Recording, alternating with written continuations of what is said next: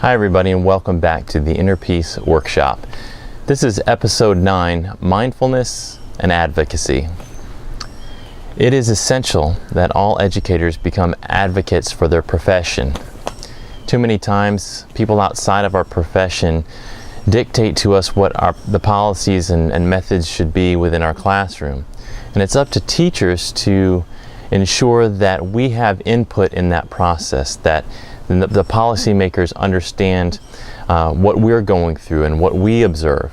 And so it is essential that we remain active politically and make sure that we are providing insight into what is best, not just for ourselves as teachers, but for our students as well.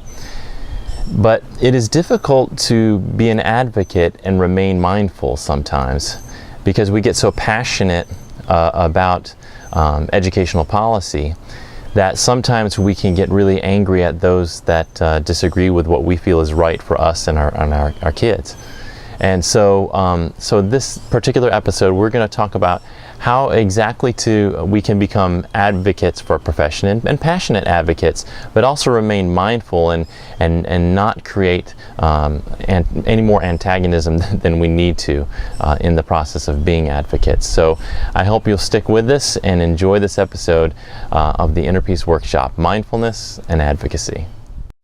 So let's talk about being an advocate and what exactly that means. We are so busy as teachers that it's very difficult to find time to be an advocate. We're getting up early in the morning and getting ready for school, and we go into school and we're teaching students and doing duty, and we have all these responsibilities, and there's papers to grade and sometimes after school activities to be involved with, and then we have our own families. The idea of being an advocate on top of all of that can seem overwhelming. But let's just start with some of the basics. So for example, if you haven't registered to vote, you can do that. And of course, you want to vote in every election. And this is important because politicians need to know that teachers are active voters. And the more of us that vote, the more they're going to pay attention to what it is that we have to say. We also need to know the candidates. Before you go out and vote, take the time to learn about the candidates. And this is, we need to pay particular attention to school board elections. If your state elects a superintendent of education, we certainly need to be aware of the different candidates and what they stand for. But really, every position is important, because whether it's a state representative, a governor, or a member of your U.S. House of Representatives, or what have you, each position, there's going to be some type of impact on education and education funding. And so it is essential that we get to know the candidates, and not just getting to know the candidates that run, but getting to know the candidates that win, particularly your local representatives.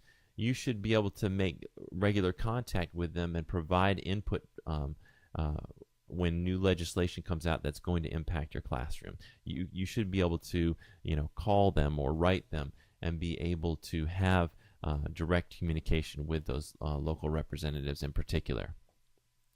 And it's also important for you to know the issues. And so reading, keeping up to date with the legislation.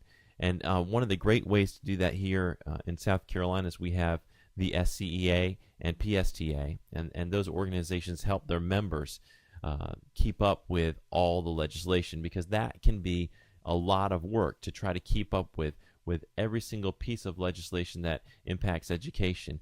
It's very difficult to monitor that, what's passed and what's been tabled for the next session, and so it's a lot to keep up with. So that's why it's really helpful to be a member of an organization, because a lot of times they'll summarize that for you.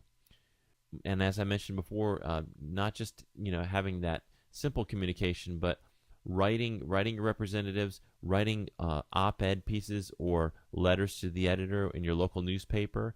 This is a really great way to communicate how you feel about educational policy, and typically your local paper is going to be very eager to publish a letter. And one of the things we need to do is get away from being afraid to express ourselves. And this is one of the reasons mindfulness is so great, because it helps us recognize fear, and then also when is that fear not really kind of invalid. And a lot of times we're afraid to say anything, partially because we're worried about backlash, or maybe we're worried that people will get angry with us. But we have to recognize that sometimes those fears are unfounded. And we also, it's always good to do due diligence and to check with your administration to make sure you understand policies and what you can and can't say. But it's going to be important for you to not live based on fear to the point where you're afraid to advocate and afraid to share publicly what it is you feel about a particular issue. And then the other thing I would mention to you is about joining an association. And joining an association is not just about getting some type of an insurance policy or just about the legislation, but it's about getting with a group of other people and letting your voice be heard, not just individually but collectively. And so as you go about doing all this, whether it's writing or communicating with people individually or joining your association. And so what we want to do is we want to apply mindfulness to all of these efforts, whether it's in the way we communicate with others through writing or through speaking, the way we go about sharing our opinions. We want to apply what we've learned about mindfulness to our advocacy efforts. And so here's how some tips to do that. One is we want to avoid personal attacks. As much as we may disagree with somebody, it doesn't do any good to call them stupid or idiotic, and you may feel that on the inside. But you need to figure out what it is that's causing you to go from simply disagreeing with someone to calling them names. And this is very hard, because sometimes when people are doing things that we vehemently disagree with, it's almost like a natural inclination to say, hey, you're stupid, that's dumb. And so we make these personal attacks, and that really doesn't get us anywhere, because what it does is it just further entrenches sometimes people into those positions, because they just see us as an antagonist rather than as a person who's just trying to, in an open-minded way, talk about the issues. And so it's easier to convince people of your position and to influence people when they see you as a positive person rather than an attacking negative person. And I would also encourage you to have an open mind. Go into any discussions with a policymaker or with a colleague or anybody else who you're sharing these opinions with, and listen to what they have to say, because they may help shape and mold your opinion in a way that you didn't expect. And so having an open mind will help you as you develop your opinions and develop what you feel is right about educational policy. It helps when you have that open mind rather than constantly being stuck in just your own preconceived notions about the issue. The other thing I would say is don't demonize others. Even if you don't make personal attacks, sometimes we set up this unnecessary polarization between ourselves and others, and we make them the enemy and them the bad ones, and we're the good ones, the right ones. And rather than seeing it as right or wrong or seeing it as good or bad, trying to look at it as we have different perspectives on this, and that they have a right to have their perspective and you have a right to have yours, and you're just looking at it differently. And rather than it being right or wrong necessarily, it's just different perspectives, and you have every right to share in a strong way what your perspective is, and you have every right to disagree with another's perspective. But when you start to label people as bad or label people as dumb and demonize them, then you're creating an unnecessary schism between you and that person. And that's not going to help your cause at all, because those people are going to just see you as the opposite and see this polarization rather than an opportunity to connect and be unified. And also look for, along those same lines, look for common bonds and look for ways to seek unity. So when you have disagreements with these people, try to say, hey, well, do you at least agree with this? We can all, I think most of us agree that we want to do what's best for students. We want students to have a happy, healthy future. And so we can almost always find common ground with people, even if we really disagree with their politics. The other thing I would say is to communicate without sarcasm, not using biting language, and this can be very difficult to do. But when you use sarcasm, use that biting language, it can come across very condescending, very demeaning to the other person. So we want to avoid that. And we want to spend more time seeking solutions than complaining about problems. And this is what we do a lot of the time. Is we sit around in our the lounge, the teacher's lounge, and or at lunch or on duty, and we complain about things to other teachers, but we don't really talk about solutions enough. And so instead of just complaining about what's wrong, spend most of your time talking about solutions to those problems. So I would encourage you to share your passion. There's a reason you went into this profession, and as you've experienced the profession, you've seen things that some policies that you don't agree with, and you have certain policies that you do agree with, that you do support. And it's important that you learn to share your passion for the profession and not allow fear to prevent you from doing so. And you need to remember that advocacy is contagious. So as you advocate for your profession, colleagues around you are going to see you do that, see the courage that you have, and see your passion, and they're going to build enthusiasm for being advocates as well. And then that's going to allow you to build coalitions. So you're going to be able to bring together groups of teachers, whether it's just on your hallway or in your entire building or your district or your state. You're going to be able to build coalitions of teachers whose voice collectively is going to have weight, going to have power. And that's great. And then as they see you advocate in this mindful way without demeaning others in a really positive way, that's going to attract more and more people to your cause. And it's important to note that your voice is important, and you have to use it. You really do.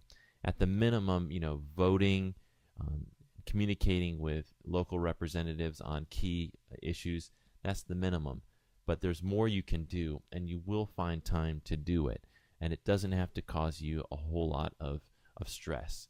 It can be something that you do in just 5 minutes a day, whether it's reading an article or just firing off a quick email or text to a representative.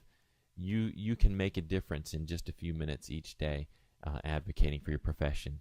And if you need motivation to do it, all you have to do is look into the faces of your students.